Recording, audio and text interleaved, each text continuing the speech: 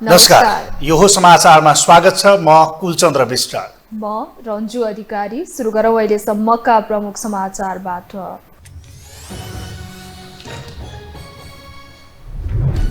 आन्दोलनरत शिक्षकसँग वार्ता गर्ने जिम्मा गृहमन्त्री श्रेष्ठलाई। यसअघि भएका सहमतिबाट सरकार पछि नहट्ने एमालेले सरकारलाई बुझायो ज्ञापन पत्र। नेतादेखि प्रधानमन्त्रीको विदेश भ्रमण मोह, कच्चा कूटनीतिले उपलब्धि भने शून्य। अन्तर्राष्ट्रिय मञ्चमा प्रभावकारी प्रतिनिधित्व नभएकोमा चर्को आलोचना। उच्च पदस्थको सुविधामा कटौती, मापदण्ड विपरीत लिइएको सुविधा फिर्ता गर्न संसदीय समितिको निर्देशन। अत्यावश्यक सेवा सार्वजनिक विधाको दिन पनि खोल्नुपर्ने। चालु वर्षको 2 महिनामा भारततर्फ 5.5 अर्बको बिजुली निर्यात। नेपालको विदेशी मुद्रा सञ्चित र दुई देशबीचको व्यापार घाटा कम गर्न योगदान पुगिरहेको दावी। र 19 वर्ष मुनिको साफ च्याम्पियनसिपमा नेपाल पाकिस्तानसँग 1-0 गोलले पराजित। बङ्गलादेशलाई भारतले 3-0 गोलले हरायो।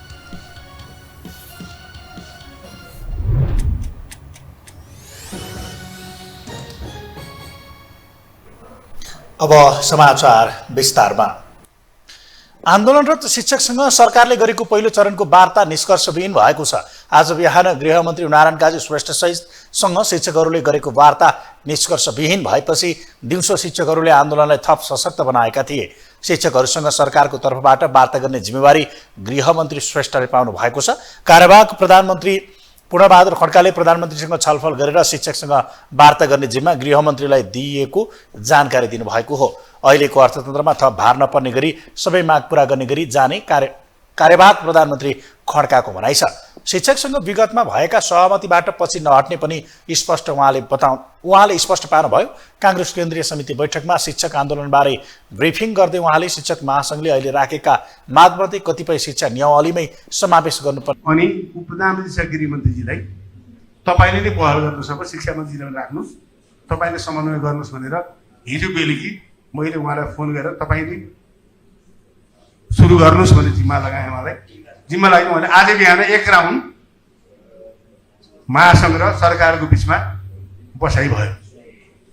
भएपछि केही कुराहरू भएका छन्, छलफल सुरु भएको छ र सम्भवतः आज बेलुकी फेरि महासङ्घ र सरकारको बिचमा अर्को चरणको संवाद हुन्छ र मलाई विश्वास छ जुन तहसम्म हामीले उहाँहरूलाई सहमत गराएर उहाँले राखेका कुराहरूमा हामी फेरि एक ठाउँमा पुग्यौँ।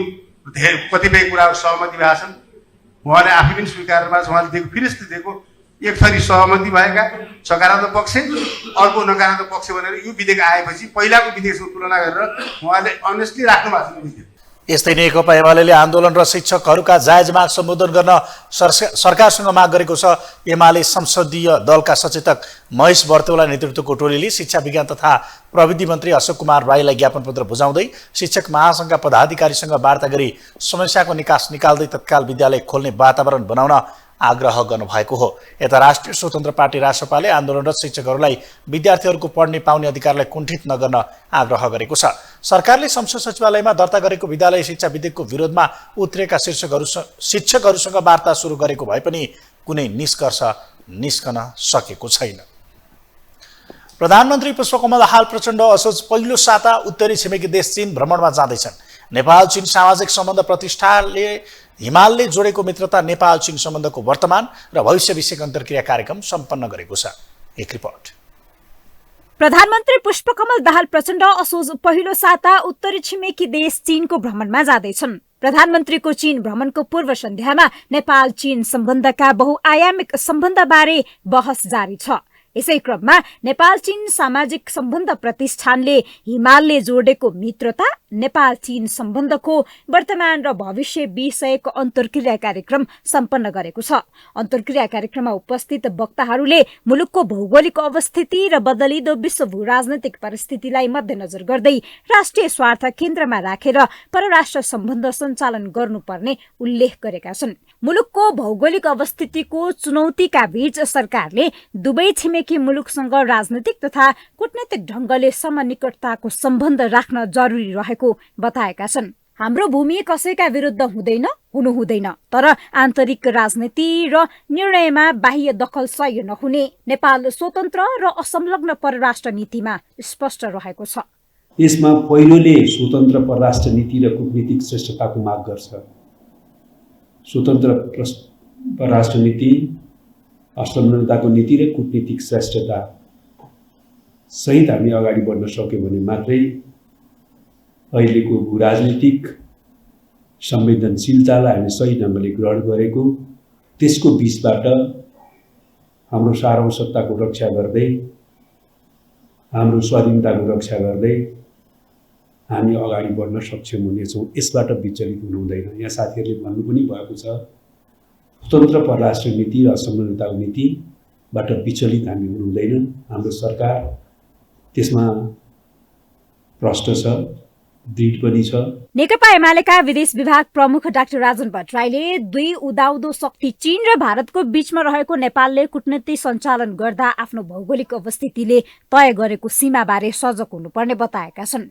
मुलुकको राष्ट्रिय स्वार्थलाई केन्द्रमा राखेर स्वतन्त्र र असंलग्न परराष्ट्र नीति हाम्रो आवश्यकता रहेको स्पष्ट पारेका छन्। विशेष गरी प्रधानमन्त्रीको आसन्न चीन भ्रमणले नेपाल चीन बीच बढ्दो आशंकालाई चिर्दै विश्वासमा बदल्न सक्नुपर्नेमा जोड दिएका छन्। बीआरआई कार्यान्वयनको योजना तर्जुमा गर्दा सकेसम्म सहायता अथवा कस्तो ऋण लिने स्पष्ट हुनुपर्ने बताएका छन्। विगतमा भएका सहमतिहरूको कार्यान्वयन प्राथमिकीकरण गर्दै चीनको उदयमा हामी कसरी लाभान्वित हुने त्यसतर्फ ध्यान जानुपर्ने बताएका छन्। चीनको उदयसँगै आज अफ्रिकाले फाइदा लिइरहेको छ, ल्याटिन अमेरिकाले फाइदा लिइरहेको छ, स्वयं युरोपियन मुलुकहरूले फाइदा लिइरहेका छन्। अनि हामी त्यसको छिमेकमा रहेको अत्यन्त नजिकको सम्बन्ध रहेको ऐतिहासिक सम्बन्ध, सांस्कृतिक सम्बन्ध, भौगोलिक सम्बन्ध अनि सधैँभरि मित्रताको सम्बन्ध रहेको मुलुकले हामीले त्यसबाट फाइदा लिने कुरालाई अनेक हिसाबले राजनीतिकरण गरेर विभिन्न हिसाबबाट त्यसलाई प्रभावित गर्ने काम जुन हुन खोजिरहेको छ त्यसबाट सचेत हुनुपर्छ भन्ने मलाई लाग्छ। उपसभामुख इन्दिरा राणा मगरले बीआरआई जस्ता विकास परियोजनाहरूको सम्झौता गर्दा राष्ट्रहित अनुकूल हुनुपर्ने बताइन्।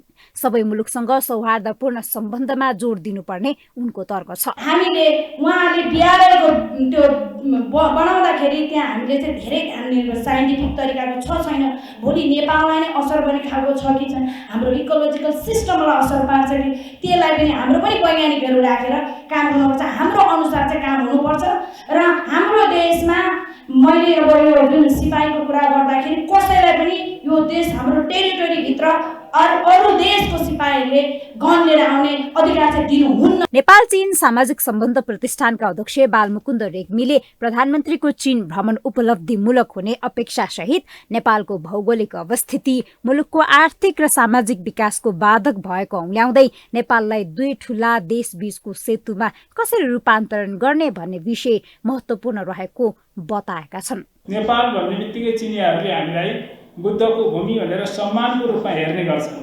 यो गर्वको कुरा हो र पछिल्ला दिनमा आएर हाम्रा सम्बन्ध यतिमा मात्रै रहेका छैनन्।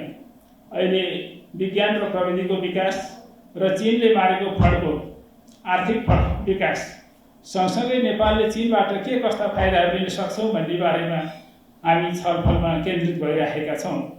नेपालले बेल्ट एन्ड रोड इनिसिएटिभ बीआरआईमा सहभागिता जनाइसकेपछि अब नेपालमा चिनिया लगानीको लागि ढोका खुलेको छ भन्ने हामी सबैको बुझाइ हो। कार्यक्रममा उपस्थित अन्य राजनीतिक दलका प्रतिनिधिहरूले प्रधानमन्त्रीको चीन भ्रमण मुख्यतः विगतमा भएका सम्झौताहरूको प्रभावकारी कार्यान्वयन र दुई मुलुक बीचको कूटनीतिक सम्बन्ध सुमधुर बनाउनमा जोड दिएका छन्। जनस्तरको सम्बन्ध, सीमा नाकाहरूको समस्या समाधान गर्दै सहज वातावरण निर्माणमा सरकारको ध्यानाकर्षण हुनुपर्ने बताएका छन्। यो हो टेलिभिजनका लागि क्यामेरामा रविन्द्र तिमल सिन्हाका साथमा निम्लिकी शेर्पा, काठमाडौँ। सत्ताको बागडोर सम्हाल्ने नेतृत्व देशमा भन्दा बढी विदेशमा भेटिन्छ। कार्यकारी प्रमुख प्रधानमन्त्रीदेखि मन्त्री सांसद र नेताहरू निरन्तर विदेश भ्रमणमा व्यस्त छन्। मुलुक लथालिङ्ग हुँदा नेतृत्व भने सदन स्थगित गरेर विदेश यात्रामा निस्कनु कतिको जायज? एक रिपोर्ट। प्रधानमन्त्री पुष्पकमल दाहाल प्रचण्ड 15 दिनका लागि विदेश यात्रामा छन्। यसअघि इटलीको रोम र छिमेकी मुलुक भारतको भ्रमण भ्याइसकेका प्रधानमन्त्री प्रचण्ड संयुक्त राष्ट्र संघको 78औं महासभामा सम्बोधन गर्न अमेरिकाको न्युयोर्कमा छन्। असोज 5 गते उतैबाट उत्तरी छिमेकी देश चीनको भ्रमणमा जानेछन्। परराष्ट्र मन्त्री एनपी सावत प्रधानमन्त्री अगावै अमेरिकामै छन्। उनी उतैबाट प्रधानमन्त्रीसँगै चीन उड्नेछन्। प्रधानमन्त्री प्रचण्ड अमेरिका गएकै भोलिपल्ट सभामुख देवराज घिमिरे साताव्यापी आयरल्यान्ड भ्रमणमा निस्किएका छन्। संसद अधिवेशन स्थगित गरेर सभामुख घिमिरे दोस्रो विदेश भ्रमणमा निस्किएका हुन्। सांसद प्रकाशमान सिंह दिल्ली दौडिएका छन्। सांसद सुनिल शर्मा केही थान युट्युबर नै बोकेर दुबईमा छन्। सांसद डाक्टर आरजु राणा देउबा र विनोद चौधरी सिंगापुर भ्रमणमा छन्। सांसद डाक्टर सीके रावत, सोभिता गौतम, रूपा विक पनि अमेरिका भ्रमणमा छन्। पूर्व प्रधानमन्त्री डाक्टर बाबुराम भट्टराई छोरी मानुषी सहित भारत भ्रमणमा छन्। सबै क्षेत्रमा चाहिँ अस्तव्यस्त भएको हुनाले विदेशी शक्तिहरूको चलखेल त बढ्ने कुरा स्वाभाविक भइहाल्यो। यसको साथसाथै के भने यो त दलाल पुँजीपति र नोकरशाही पुँजीपतिहरूको चाहिँ प्रतिनिधित्व गर्ने संसद भएको हुनाले उनीहरूको चाहिँ विदेशी ठुल्ठुला पुँजीपतिहरूसँग त्यहाँको सत्ताधारीहरूसँग साँठगाँठ गरेर नै यहाँ चुनाव जित्ने पनि त्यतैबाट हो। मन्त्री बन्ने पनि उनीहरूले सोर्सबाट हो। यो त हामी सबैलाई थाहा छ। प्रधानमन्त्री बन्नु पर्यो भनेदेखि दिल्ली दौडमा हिँडिहाल्छन् नेताहरू, किनभने त्यहीँ छ ठाउँ, त्यहीँबाट सबै कुरा हुन्छ भनेर उनीहरू सबै त्यसैको चाकरी गर्न वरिपरि घुमिरहन्छ। असोज पहिलो साता थप अन्य मन्त्रीहरू विदेश भ्रमणमा निस्किँदैछन्। भौतिक पूर्वाधार तथा यातायात मन्त्री प्रकाश ज्वाला र खानेपानी मन्त्री महेन्द्र राय यादव प्रधानमन्त्रीको चीन भ्रमणको टोली सदस्यको हैसियतमा चीन जाँदैछन्। एसियन गेम्सको उद्घाटनमा भाग लिन खेलकुद मन्त्री डिकबहादुर लिम्बू पनि चीन जाने तयारीमा छन्। अर्थमन्त्री प्रकाश शरण महत असोज पहिलो साता नै मोरक्को र इजिप्टमा हुने कार्यक्रममा सहभागी हुन भ्रमणमा निस्किने कार्यतालिका छ। नेदरल्यान्डमा भएको पूर्वाधार लगानी सम्बन्धी कार्यक्रममा सहभागी भएर भर्खरै युरोपको भ्रमणबाट स्वदेश फर्केकी शहरी विकास मन्त्री सीता गुरुङ पुनः मलेसिया भ्रमणको तयारीमा छन्। उप प्रधानमन्त्री नारायण काजी श्रेष्ठ, ऊर्जा मन्त्री शक्ति बस्नेत, उद्योग मन्त्री रमेश रिजाल, कृषि मन्त्री वेदुराम भूषाल, स्वास्थ्य मन्त्री मोहन बस्नेत, श्रम मन्त्री शरद सिंह भण्डारी लगायत मन्त्रीहरूको विदेश दौडाहा पनि रोकिएको छैन। राजनैतिक दलका नेताहरूको विदेश भ्रमणको श्रृङ्खला झन् चर्को छ। नेपालका कम्युनिस्ट नेताहरूको चीन यात्रा निरन्तर छ। नेकपा एमालेका महासचिव शङ्कर पोखरेलको नेतृत्वमा जम्बो टोली चीन भ्रमण सकाएर फर्किएको छ। अन्तर्राष्ट्रिय मञ्च होस् या द्विपक्षीय कूटनीतिक भेटघाटमा भ्रमणको उपलब्धि के विश्लेषण जरुरी छ। जनस्तरको सम्बन्धले समेत मुलुकको कूटनीति फस्टाउन मद्दत गर्छ, तर मुलुकको कूटनीतिक अवस्था झन्झन कमजोर र लथालिङ्ग बन्दैछ। निरन्तर बाक्लिएका भ्रमणले न त छिमेकी मुलुकसँगको सम्बन्ध सुमधुर बन्न सकेको छ, न त अन्तर्राष्ट्रिय मञ्चमा मुलुकको प्रतिनिधित्व प्रभावकारी नै। कमजोर र कच्चा कूटनीतिको मारमा मुलुक छ। गएर लम्पसार पर्नुहुन्छ, संसदमा कुर्लिनुहुन्छ, सडकमा कुर्लिनुहुन्छ, टुडीखेलमा कुर्लिनुहुन्छ, जब भेटघाट हुन्छ लम्पसार गर्नुहुन्छ। अनि त्यो जिम्मेवारीपूर्ण कूटनीति फोटोहरू देखिएको छ, कतिको लम्पसार परेको बडी ल्याङ्ग्वेजदेखिबाट थाहा हुन्छ। अनि जनतालाई बेकुफ बनाउने जिरोमा गएको छ अहिलेको डिप्लोमेसी। साँच्चीकै हेर्नुहुन्छ भने अब हिमालदेखि चाहिँ अहिले उचाइ नाप्दै जाँदाखेरिमा तराई चाहिँ अहिले झन्डै 500 फिट मात्रै छ नि, के भन्छ त्यो समुद्री सतहबाट, त्यस्तै भएको छ। धेरै विदेश भ्रमण नगर्ने, अत्यावश्यक बाहेक सरकारी कर्मचारीलाई विदेश भ्रमणमा नपठाउने र आर्थिक मितव्ययता अपनाउने भन्दै भ्रमणको सदस्य संख्या समेत घटाए पनि प्रधानमन्त्रीदेखि सभामुख सरकारका मन्त्रीहरूको लगातार विदेश भ्रमण कम रोचक छैन। विदेश भ्रमणमा चलेको तछाड मछाडले मुलुकको राजनीतिक अवस्था भने लथालिङ्ग देखिन्छ। सदन सञ्चालन भएको यतिका महिना बित्यो, एउटा कानून निर्माण हुन सकेको छैन। जनजीविका झन शिथिल अवस्थामा छ, तर नेतृत्वको ध्यान मुलुक र नागरिक प्रति भन्दा विदेश भ्रमण केन्द्रित छ। यो हो टेलिभिजनका लागि निम्लेकी शेर्पा, काठमाडौँ। अब बाँकी समाचार। प्रधानमन्त्री प्रचण्डदेखि देशको नेतृत्व गरिरहेका अधिकांश राजनैतिक नेतृत्व शिक्षक र शिक्षण पृष्ठभूमिबाटै आएकाहरू हुन्। शिक्षण पेसा छोडेर सक्रिय राजनीतिमा आएका नेतृत्वले अघि सारेको शिक्षा विधेयक विरुद्ध शिक्षकहरू सडक आन्दोलनमा उत्रिएका छन्। बुधबारदेखि सडक सङ्घर्षमा उत्रिएका शिक्षक तथा कर्मचारीहरू आफ्नो माग पूरा नभएसम्म राजधानी नछाड्ने मनस्थितिमा छन्। शिक्षा विधेयक फिर्ता र पुनर्लेखन गर्नुपर्ने उनीहरूको माग छ। एक रिपोर्ट।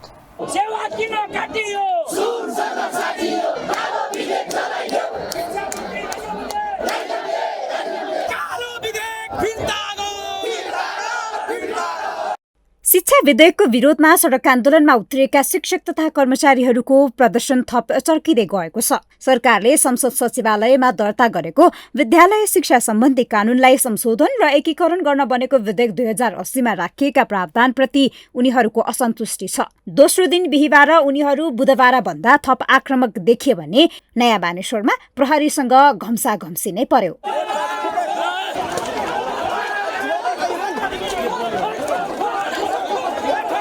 उनीहरूले निषेधित क्षेत्रमा राखिएका बारहरू समेत तोडफोड गरेपछि प्रहरीलाई सम्हाल्न हम्मे परेको थियो। आन्दोलनमा देशभरबाट आएका शिक्षकहरू सहभागी छन्। काठमाडौँ महानगरपालिकाका शिक्षकहरू पनि महानगरको निर्देशन लत्याउँदै आन्दोलनमा होमिएका छन्। विद्यालय खुल्ला नगरे शिक्षकहरूलाई कारबाही गर्ने सूचना जारी गरेको काठमाडौँ महानगर र मेयर बालेन विरुद्ध पनि शिक्षकहरूले नाराबाजी गरेका छन्। हाम्रो सम्पूर्ण शिक्षकको छोराछोरी हाम्रो विद्यालयमा पढ्छ। माग पूरा भएन भने 2036 सालमा 109 दिनसम्म विद्यालय बन्द गरेर नेपाली शिक्षकहरूले घुँडा टेकाएका थिए। पञ्चायतलाई घुँडा टेकाएका अनि राजा ज्ञानेन्द्रलाई घुँडा टेकाएका नेपाली शिक्षकहरूले यो सरकारलाई पनि घुँडा टेकाएर जनताका नेपाली जनताका शिक्षकका माग पूरा गर्नेछ। निवृत्ति भवनको सुविधाहरू, औषधि उपचारका कुराहरू काटिएको छ र त्यसपछि एउटा विद्यालयमा स्थानीय तहलाई जुन अधिकारहरू दिएको छ नि, त्यो स्थानीय तहले आफ्नो अधिकारहरू नबुझिकन उसलाई दिएको 23वटा बुँदाभन्दा बाहिर गएर पनि सबै अधिकार हामीलाई हो भनेर शिक्षकलाई चाहिँ ऊ आफ्नो अधिकारभन्दा बाहिर गएर पनि उसले हस्तक्षेप गर्ने, दुःख दिने, विद्यालयमा राजनीति गर्ने काम स्थानीय तहले गरेको छ, न कि शिक्षकले गरेको। विधेयकमा राहत शिक्षकलाई स्थायी गर्ने व्यवस्था नगरिएको, अस्थायी शिक्षकलाई तलब बाहेक कुनै सुविधा नदिने व्यवस्था गर्न लागि ट्रेड युनियन खारेजी, सरुवा बढुवा स्थानीय सरकारलाई दिने लगायतका विषयप्रति उनीहरूको असन्तुष्टि छ। राज्यको सेवामा समर्पित शिक्षकलाई निजामती सरह सेवा सुविधा र अधिकार दिनुको सट्टा पाउँदै आएको सेवा समेत कटौती गर्ने विधेयक विरुद्ध आन्दोलनमा उत्रिनुको विकल्प नरहेको आन्दोलनरत शिक्षकहरूको भनाइ छ। हामीले गरेको पनि छ अगाडिदेखि नै, हरेक बन्द, हरेक राजनीतिक पार्टीका बन्द हडतालको क्षतिपूर्ति पनि शिक्षकले नै गरेको छ, शिक्षकले नै पढाएर गरेको छ। यो शिक्षकको मात्रै पहिलो बन्द हडताल होइन। राजनीतिक पार्टीहरूले आफ्नो स्वार्थपूर्ण पुरा गर्न गरेका हडतालहरूको मार पनि विद्यार्थीले भोगेको छ, त्यो पनि हामीले पुरा गरेका छौँ। हामीले नै गरेका छौँ, त्यो अरू पार्टी आएर गरेको छैन। हामीले बिहान बेलुका पढाएको छौँ, अनलाइन क्लास पढाएको छौँ, एक्स्ट्रा कोचिङ क्लास गरेको छौँ, छुट्टीको समयमा आएको छौँ।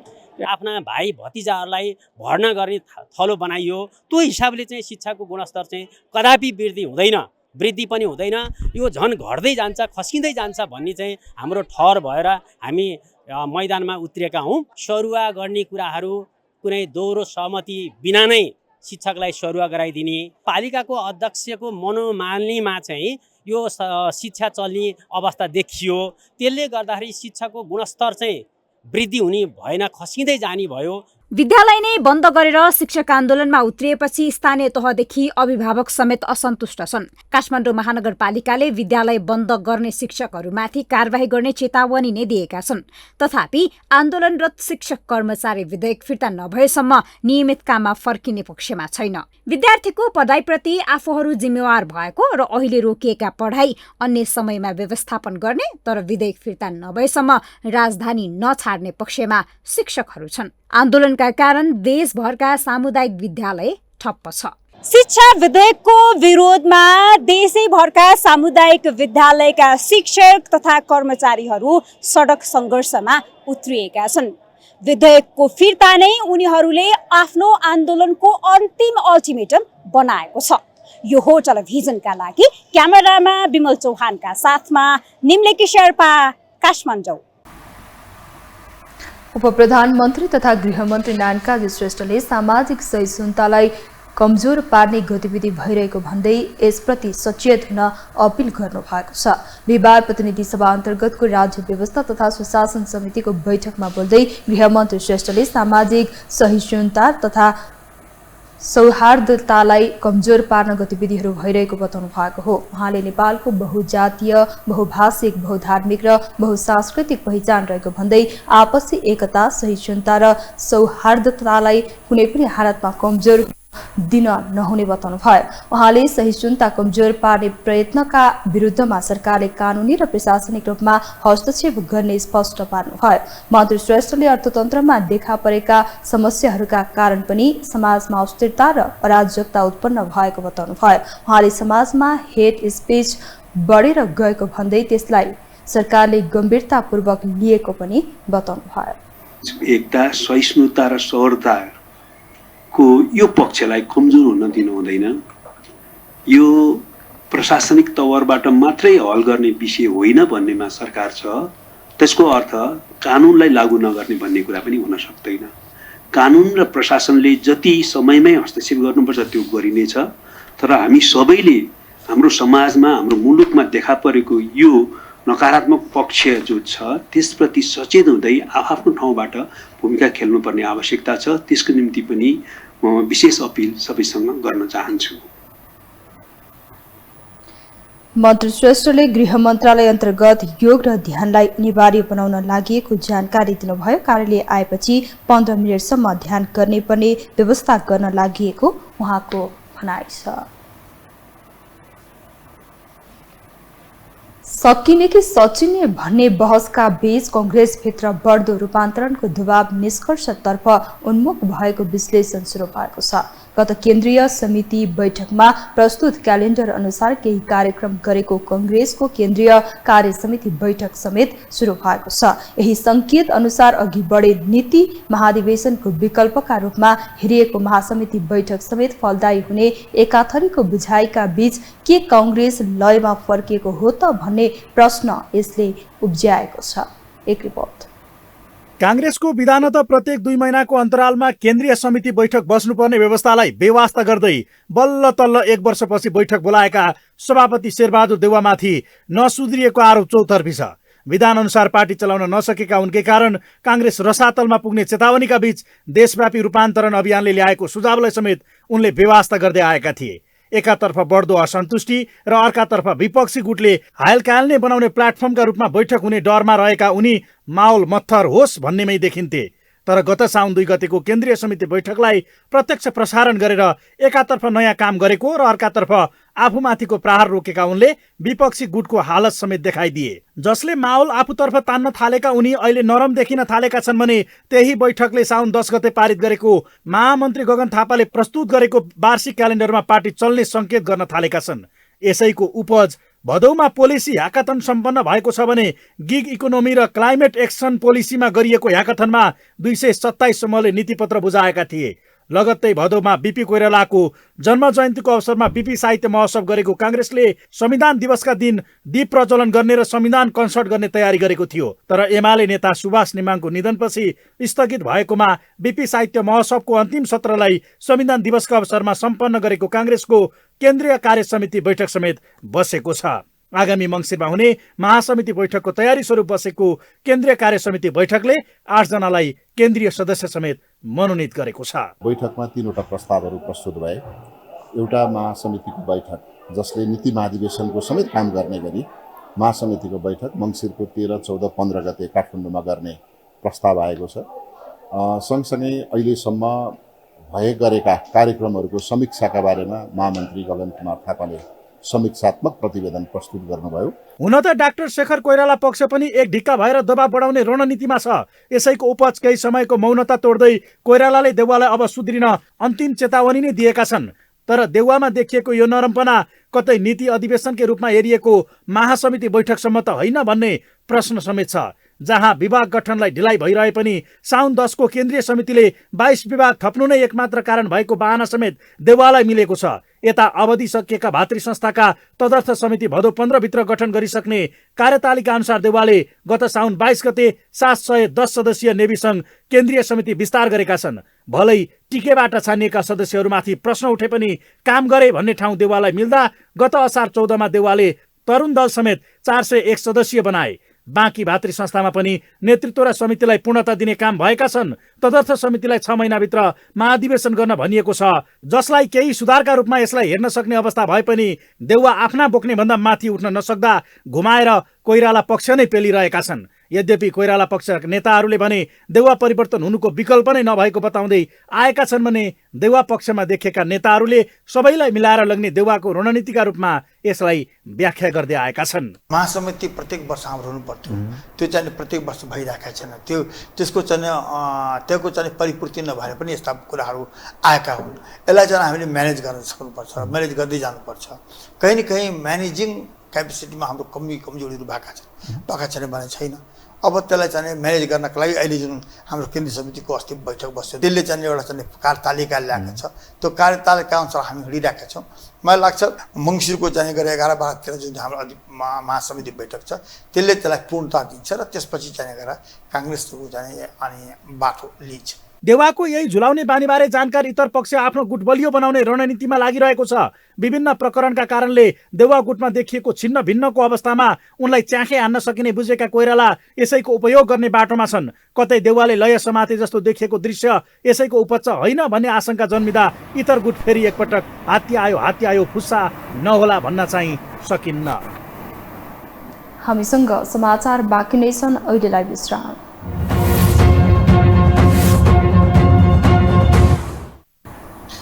विश्रामपछि स्वागत छ। अब बाँकी समाचार।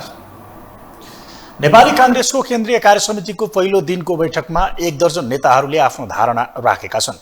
पार्टी केन्द्र कार्यालय सानेपामा बसेको बैठकमा 3वटा प्रस्ताव प्रस्तुत भएका हुन्। पहिलो दिनको बैठकपछि बोल्दै नेता मीनबहादुर विश्वकर्माले महासमितिको बैठक मङ्सिर 13, 14 र 15 गते काठमाडौँमा गर्ने प्रस्ताव पेश भएको बताउनुभयो। उहाँले अहिलेसम्म भए गरेका कामको समीक्षामा महामन्त्री गगन कुमार थापाले समीक्षात्मक प्रतिवेदन प्रस्तुत गर्नुभएको पनि बताउनुभयो।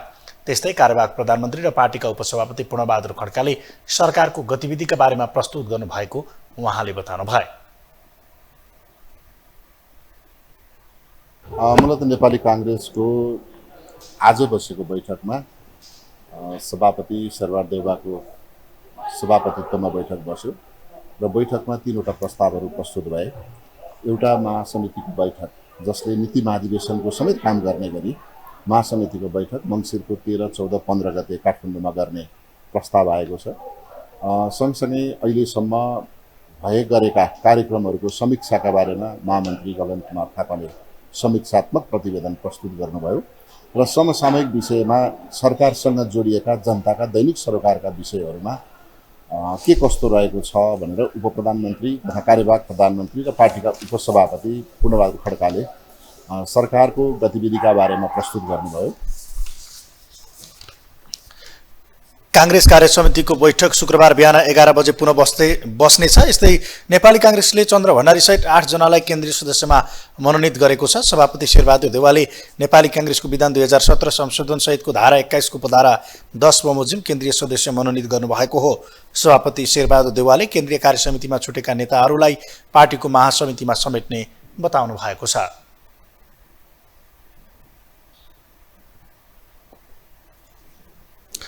संसदीय समितिले भिभिआइपी तथा भिआइपीहरूलाई मापदण्ड विपरीत दिएको सुरक्षा अधिकृत सवारी चालक र भान्सेहरूलाई 15 दिनभित्र फिर्ता गर्न सरकारलाई निर्देशन दिएको छ। प्रतिनिधि सभा अन्तर्गतको राज्य व्यवस्था तथा सुशासन समितिको बैठकले भिभिआइपी र भिआइपीहरूलाई मापदण्ड विपरीत उपलब्ध गराइएको सुरक्षा अधिकृत सवारी चालक र भान्सेहरूलाई 15 दिनभित्र फिर्ता गर्न सरकारलाई निर्देशन दिएको हो। समितिले उनीहरूलाई फिर्ता गरी आफ्नो दरबन्दी भएको ठाउँमा पठाउन र समितिलाई जानकारी गराउन पनि अनुरोध गरेको छ।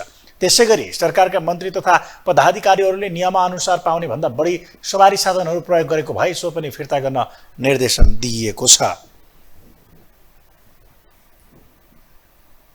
आज हामी नियमअनुसार भिभिआइपी र भिआइपीहरूलाई प्राप्त हुने सुविधा बाहेकका अन्यलाई मापदण्ड विपरीत उपलब्ध गराइएका पियासो सवारी चालक र भान्सेहरू कुल कति छन् र मापदण्ड विपरीत उपलब्ध गराइएका पियासो सवारी चालक र भान्सेहरू 15 दिनभित्र फिर्ता गरी आफ्नो दरबन्दी भएका ठाउँमा पठाउन सम्बन्धित नेपाल सरकारलाई प्रधानमन्त्री मन्त्री परिषद कार्यालयलाई गृह मन्त्रालयलाई निर्देशन दिने निर्णय गरियो। यस्तै समितिले सरकारले अत्यावश्यक सेवाका कार्यालयहरू सार्वजनिक बिदाको दिनमा पनि खोल्ने निर्णय गरेकोमा कार्यान्वयनमा प्रभावकारी नभएकाले सो निर्णय कार्यान्वयन गर्न पनि निर्देशन दिएको छ। प्रतिनिधि सभा अन्तर्गतको उद्योग तथा वाणिज्य र श्रम तथा उपभोक्ता हित समितिले असोज 10 गतेदेखि चाडपर्व लक्षित बजार अनुगमन गर्ने भएको छ। सिंहदरबारमा बसेको समिति बैठकले 6वटा संसदीय अनुगमन उपसमिति बनाएर बजार अनुगमन गर्न लागेको हो। समिति बैठकमा बोल्दै समिति सभापति अब्दुल खानले संसदीय अनुगमन उपसमिति बनाएर धनगढीबाट असोज 6 गतेदेखि प्रदेश स्थानीय सरकारसँग समन्वय गरी बजार अनुगमन गर्न लागेको बताउनुभयो। उहाँले बजार अनुगमन नेपाल सरकारका सम्बन्धित निकायहरू, केन्द्रीय, प्रदेश र स्थानीय अनुगमन समितिबाट भए गरेका काम कारबाहीका बारेमा स्थलगत निरीक्षण गरी जानकारी लिने बताउनुभयो। यसको अनुगमनका क्षेत्रका विभिन्न विधिहरू छ। समितिले विभिन्न 6वटा टोलीहरू बनाई प्रदेशका मुख्य व्यापारिक केन्द्रहरू क्रमशः धनगढी, नेपालगञ्ज, सुर्खेत, पोखरा, विराटनगर, वीरगञ्ज लगायतका शहरहरूको अनुगमन गर्नेछ। साथै राजधानी काठमाडौँ, भक्तपुर, ललितपुरका विभिन्न क्षेत्रहरूमा अनुगमनका क्रममा उपलब्ध सबै माननीय सदस्यहरूको टोलीले आवश्यकता अनुसार गर्नेछ। उद्योग तथा वाणिज्य र श्रम तथा उपभोक्ता हित समिति का सभापतिले यस्तो बताउनु भयो। उहाँले चाडपर्व लक्षित मूल्य वृद्धि, कालोबजारी, मिसावट र कृत्रिम अभाव लगायतका विषयमा अनुगमन प्रतिवेदन समितिलाई बुझाउने गरी असोज 10 गतेदेखि सञ्चालन गरिने पनि बताउनु भयो। अब बाँकी समाचार। जनविश्वास खस्किँदै गएको निष्कर्षमा पुगेका ठूला दलहरू अहिले जनमत बढाउन घर दैलो अभियानमा छन्। विगतमा संगठनकै भरमा चुनाव जित्न ढुक्क हुने दलहरू अहिले लोक रिझ्याइमा लागि पर्न थालेका छन्। त्यसका लागि नेकपा एमाले बा ब्रान्डलाई थप विस्तार गरिरहेको छ। कांग्रेस पनि सदस्यता बढाउने कसरतमा रहँदा माओवादी आफ्नो अन्तिम परीक्षा भन्दै जनता माझ गएको छ। नयाँ उदाएका दलहरू एकल सरकार बनाउने कसरतमा छन्। एक रिपोर्ट। प्रतिनिधि र प्रदेशसभा निर्वाचन सकिएको 1 वर्ष पनि नबित्दै सबैजसो दलहरू मिसन 84 को बेमौसमी बाजा बजाउन थालिसकेका छन्। 2084 को चुनाव मार्फत सबैजसो दल एकल सरकार बनाउने कसरतमा रहँदा नयाँ दलहरूको लोकप्रियता पुराना दलका लागि टाउको दुखाइको विषय बनेको छ। ओडा तहसम्म बलियो संगठन भएकै बलमा चुनाव जित्न ढुक्क हुने ठूला दलहरू नयाँ दल र स्वतन्त्रहरूको जितले हायल कायल बन्दा अब संगठनको बलमा मात्रै चुनाव जित्न सकिन्न भन्ने निष्कर्षमा पुगेका छन्। फलत उनीहरू अहिले जनतामाझ जान अनेकन तिगडम गरिरहेका छन्। 2 महिने मिसन ग्रासरुट चलाउँदा पनि आधाभन्दा बढी सदस्य घटेको निष्कर्ष निकालेको नेकपा एमाले अहिले अध्यक्ष केपी ओलीको बा ब्रान्ड मार्फत कहिले बालबालिकासँग कार्यक्रम गरिरहेको छ त कहिले वैज्ञानिकसँग अन्तर्क्रिया। केही दिन अघि मात्रै बासँग बालबालिका कार्यक्रममा कांग्रेस महामन्त्री विश्वप्रकाश शर्माकी छोरी स्वीकृतिलाई कार्यक्रमको मोडिरेटर नै बनाएपछि राजनीतिक रूपमा प्रतिस्पर्धी ओली र विश्वप्रकाशको सम्बन्धलाई सामाजिक रूपमा पारिवारिक र भावनात्मक बनाएको छ। यसलाई कतिपयले ओलीको चुनाव लक्षित अभियान बुझ्दा जनतालाई किन छोएन भन्ने प्रश्न पनि छ। एउटा के प्रचलन छ भने मान्छे बाँचिन्जेलसम्म पद छोड्न नखोज्ने, पदमै टाँसिन खोज्ने, आवश्यकता होस् कि नहोस्, काम गर्न सकोस् कि नसकोस्, स्मरण शक्ति होस् कि नसकोस्, बोल्न सकोस् कि नसकोस्, तर पनि पदमा बसिरहन चाहने त्यो प्रवृत्ति छ।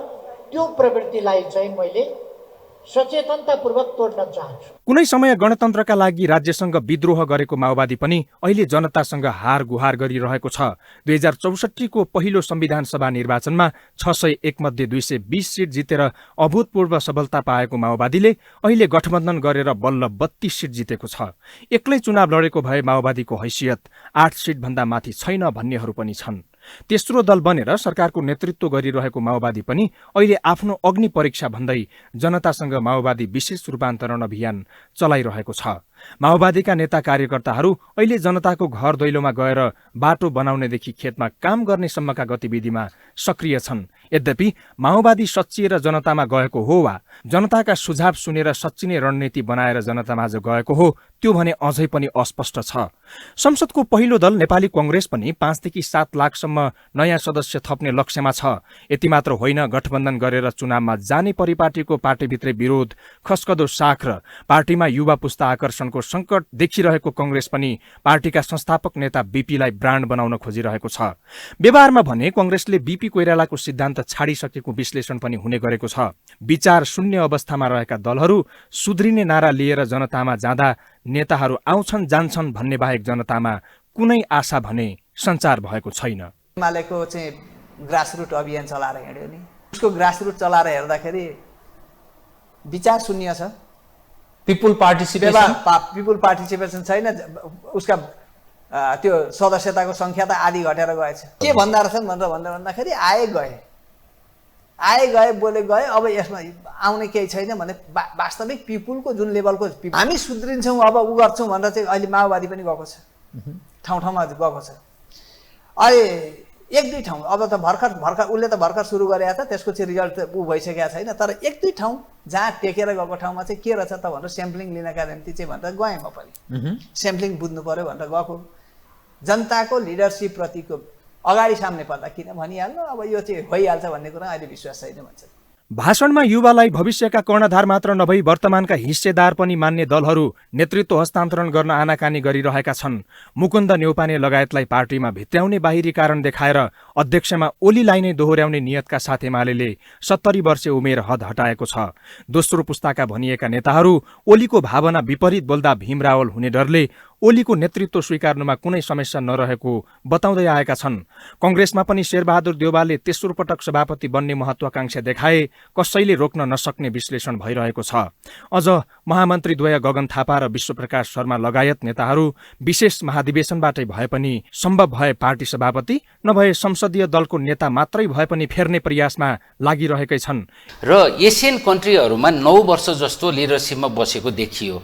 अब जहाँ लिडरसिप रोलमा बढी विथाउट एजेन्डा कुनै पार्टिकुलर चाहिँ डेलिभर गर्ने एम विहीन भएर बस्छ, एउटा हाम्रो नेपाली भनाइमा जुको टाँसिया जसरी बस्छ, त्यस्तो ठाउँमा चाहिँ द्वन्द्वग्रस्त हुने, अब लिडर बन्नको लागि देशै टुक्राइदिने।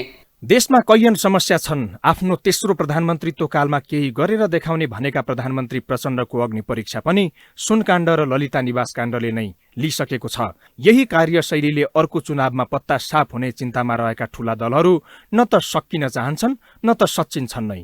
आफ्नै नेतृत्वमा रहेको सरकारबाट जनतामा सकारात्मक सन्देश प्रवाह गर्नुको साटो अनेकन फण्डा बनाएर 4 वर्ष पहिल्यै मिसन 84 चलाउँदैमा जनताले पत्याइहाल्ने अवस्था भने देखिँदैन। योहु टेलिभिजनका लागि धर्मराज भट्ट, काठमाडौँ। नेकपा एकीकृत समाजवादीका अध्यक्ष एवं पूर्व प्रधानमन्त्री माधव कुमार नेपालले पार्टीका सम्मानित नेता झलनाथ खनालप्रति इंगित गर्दै पार्टीका समस्या बाहिर गीत गाएर समाधान नहुने टिप्पणी गर्नुभएको छ। बिहिबार पार्टी केन्द्रीय कार्यालय आलोकनगरमा आयोजित एक कार्यक्रमपछि सञ्चारकर्मीहरूसँग कुरा गर्दै उहाँले यस्तो बताउनु भएको हो। केही दिन अघि अध्यक्ष नेपालले पार्टीका नेताहरूको कार्य विभाजन गर्नुभएको थियो। अध्यक्ष नेपालले गर्नुभएको कार्य विभाजनप्रति पार्टीका सम्मानित नेता झलनाथ खनाल सहित अन्य नेताहरूले समेत असन्तुष्टि जनाउँदै आएका छन्। सोही प्रसङ्गलाई लिएर उहाँले पार्टीभित्रका समस्या पार्टीकै बैठकमा बसेर समाधान गर्नुपर्ने बताउनुभयो। उहाँले अनुशासनको ज्ञान हुनेहरूले पार्टीका समस्या बाहिर नभन्ने बरु पार्टीकै बैठकमा राख्ने बताउनुभयो। उहाँले पार्टीको हित नचाहनेहरू फरक किसिमले चल्ने गरेको समेत बताउनुभयो। पार्टीभित्र अनेकौं समस्याहरू हुन्छन्, ती समस्याहरू पार्टीले नै हल गर्छ। बाहिर गीत गाएर हिँड्ने होइन, बाहिर चाहिँ नाचेर हिँड्ने कुरो बाहेक केही समस्याहरू छन् भने पार्टीको बैठकमा बस्ने, अनुशासनको ज्ञान भएका मान्छेहरू त्यही ढङ्गले गर्छन्। अब अनुशासनको ज्ञान नभएकाले जे पनि भन्न सक्लान्। पार्टीको हित चाहनेहरूले एक ढङ्गले चल्छन्, अहित चाहनेहरू अर्को ढङ्गले चल्छन्। त्यसो हुनाले कतिपय कुराहरू नमिलेका होला, मिलाउनु पर्ने होला। यी सबै पार्टीहरू अब सरकारले वार्ता गरेर उहाँहरूको कुराहरू सुनेर र त्यसलाई उचित कुराहरूलाई सम्बोधन गर्ने काम गर्नुपर्छ।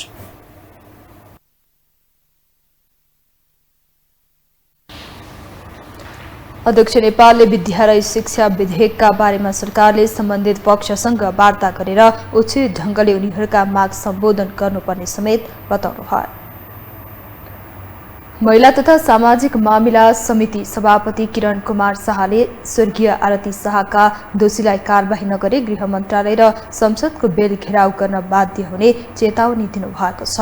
बिहिबार सिंहदरबारमा बसेको समितिको बैठकमा बोल्दै उहाँले घटनामा जिल्ला प्रहरी कार्यालय धनुषाका एसपी र डीएसपी संलग्न रहेको देखिएको भन्दै उनीहरूमाथि कारबाही प्रक्रिया अघि नबढाए संसदभित्र छलफलको विषय बनाएर सांसदहरू गृह मन्त्रालय घेराउ गर्ने र संसदको बेल घेराउ गर्न बाध्य हुने बताउनु भएको हो।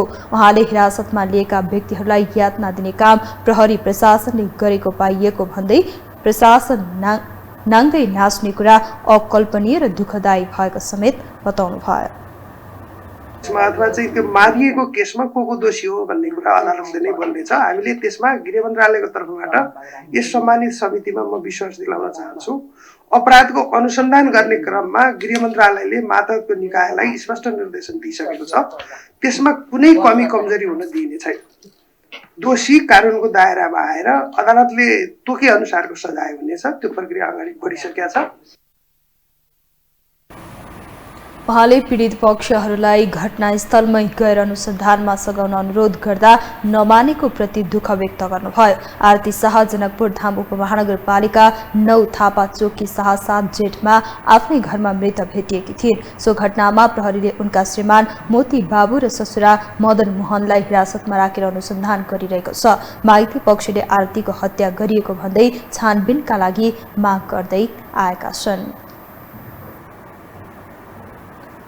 राष्ट्रिय परीक्षा बोर्डले माध्यमिक शिक्षा परीक्षा एसई पूरक ग्रेड वृद्धिको नतिजा सार्वजनिक गरेको छ।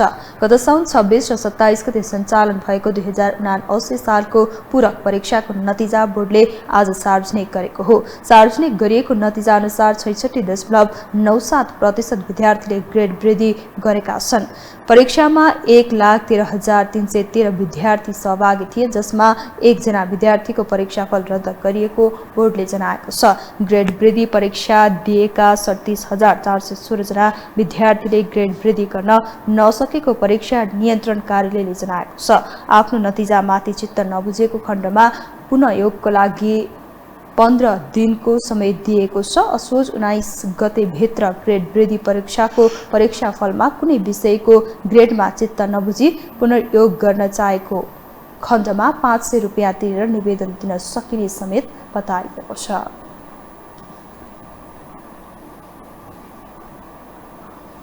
अब पालो आर्थिक समाचारको।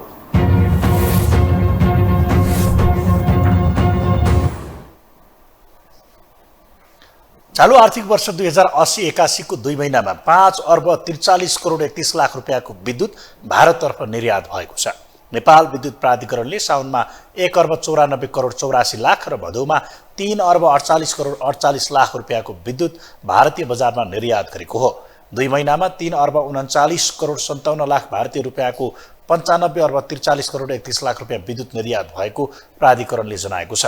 प्राधिकरणले देशभित्र खपत गरी बचत भएको वर्षायामको विद्युत भारततर्फ निर्यात गर्दै आएको छ। प्राधिकरणले Indian energy exchange limited IEX को डे अहेड बजारमा प्रतिस्पर्धा मार्फत र केही अघिबाट मध्यकालीन विद्युत सम्झौता बमोजिम करिब 110 मेगावाट विद्युत भारतीय कम्पनी NPTC विद्युत व्यापार निगम लिमिटेड NVVN लाई बिक्री गरिरहेको छ। भारतको विद्युत मन्त्रालय अन्तर्गतको केन्द्रीय विद्युत प्राधिकरणले प्रतिस्पर्धी बजारमा 522 मेगावाट र NVVN लाई 110 मेगावाट गरी 632 मेगावाट विद्युत निर्यातका लागि नेपाल विद्युत प्राधिकरणलाई स्वीकृति दिएको छ।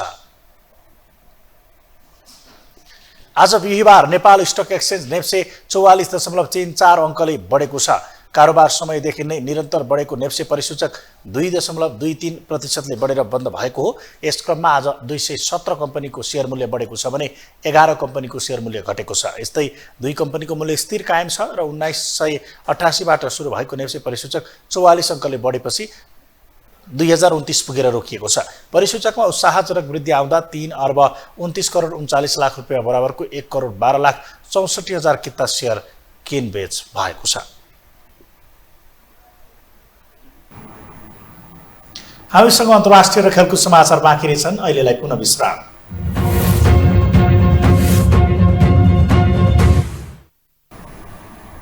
विश्रामपछि पुनः स्वागत छ। अब पालो अन्तर्राष्ट्रिय समाचारको।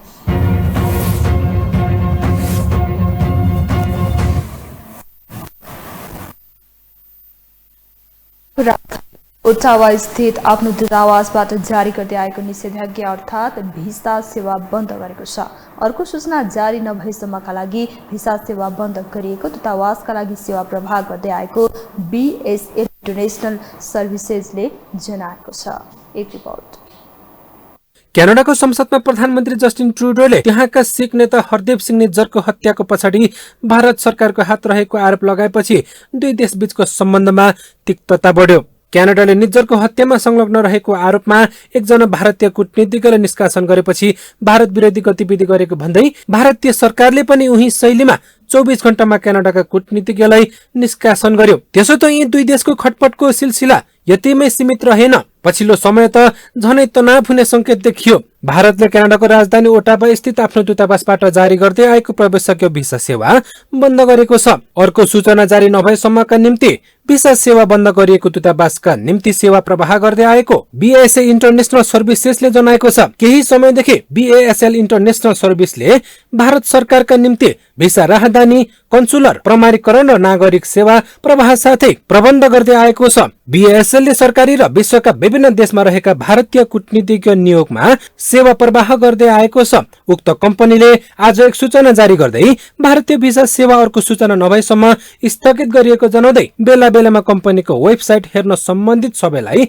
आग्रह गरेको छ। क्यानाडाले प्रधानमन्त्री जस्टिन ट्रुडोले सोमबार पृथकवादी नेता हरदेव सिंह निज्जरको हत्याको पछाडि भारत सरकारको हात रहेको आरोप लगाएपछि भारत क्यानाडा सम्बन्धमा तनाव उत्पन्न भएको थियो। आतंकवादी गतिविधिमा संलग्न रहेको आरोपमा पक्राउ पर्नुपर्ने व्यक्तिको सूचीमा रहेको निज्जरको गत जुनमा क्यानाडाको ब्रिटिश कोलम्बिया स्थित गुरुद्वारा बाहिर गोली हानी हत्या गरिएको थियो।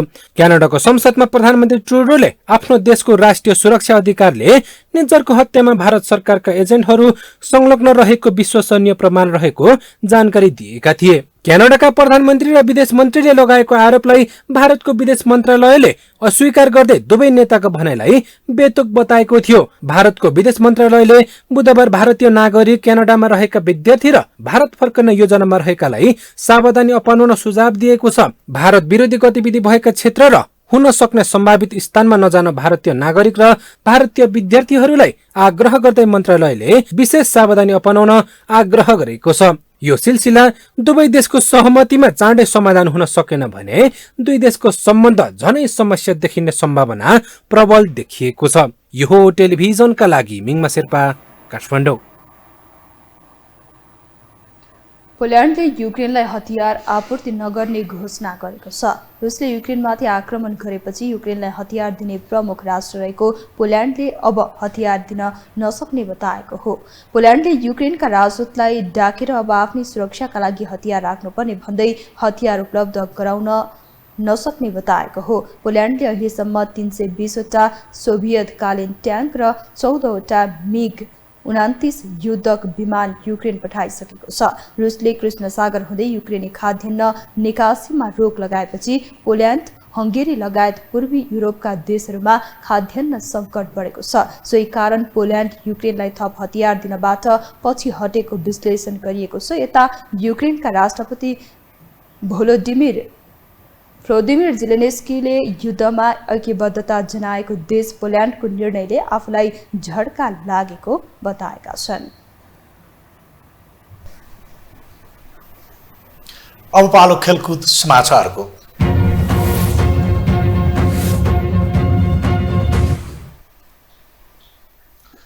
घरेलु टोली नेपाल 19 वर्ष मुनिको साफ च्याम्पियनसिप अन्तर्गत समूह A को पहिलो खेलमा पाकिस्तानसँग पराजित भएको छ।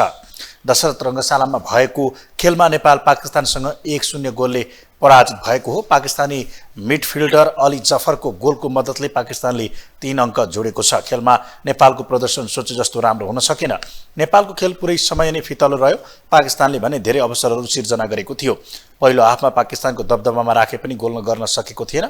पाकिस्तानले नेपालभन्दा बढी अवसरहरू सिर्जना गर्दै घरेलु टोली नेपाललाई निरन्तर दबावमा राखेको थियो। तर नेपालका गोलरक्षक र कप्तान जियारथ शेखले पाकिस्तानलाई गोल गर्नबाट निरन्तर रोकेका थिए। नेपालले अर्को खेल मालदिवसँग सेप्टेम्बर 25 मा खेल्नेछ। त्यसअघि मालदिवले सेप्टेम्बर 23 मा पाकिस्तानको सामना गर्नेछ। समूह B अन्तर्गत यसअघिको प्रतियोगिताको उद्घाटन खेलमा भारतले बङ्गलादेशलाई 3-0 गोलले हराएको थियो। यस समूहमा भारत र बंगलादेश बाहेक भुटान रहेको छ। दुवै समूहका शीर्ष 2 टोलीले सेमिफाइनलको यात्रा तय गर्नेछन्। खेलकुद समाचारसँगै हामी यो समाचारको अन्त्यमा आइपुगेका छौं। बिदा हुनु अघि प्रमुख समाचार पुनः एकपटक।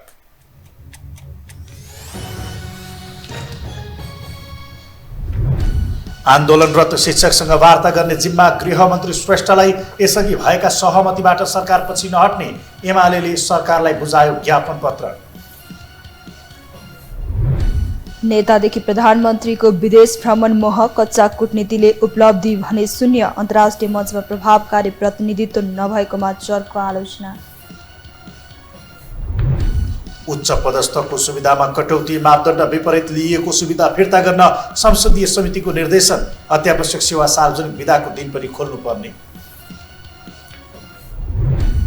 चालु वर्षको 2 महिनामा भारततर्फ 5.5 अर्बको बिजुली निर्यात। नेपालको विदेशी मुद्रा सञ्चिति र दुई देशबीचको व्यापार घाटा कम गर्न योगदान पुगिरहेको दावी।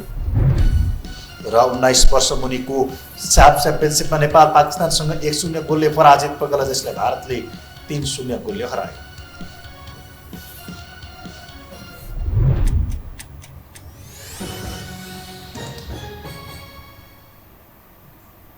हवस् त यो समाचार सकियो। समाचार बुलेटिनका साथै यो टेलिभिजनका सम्पूर्ण कार्यक्रम yoho.television.com, yohocover.com, युट्युब र फेसबुकमा पनि पढ्न र हेर्न सक्नुहुनेछ। मोबाइलमा योहो टिभी एप डाउनलोड गरी हामीलाई प्रत्यक्ष हेर्न सक्नुहुनेछ। तथ्य सहितको निष्पक्ष समाचार तथा मनोरञ्जनका लागि हेर्दै रहनुहोला योहो टेलिभिजन। नमस्कार।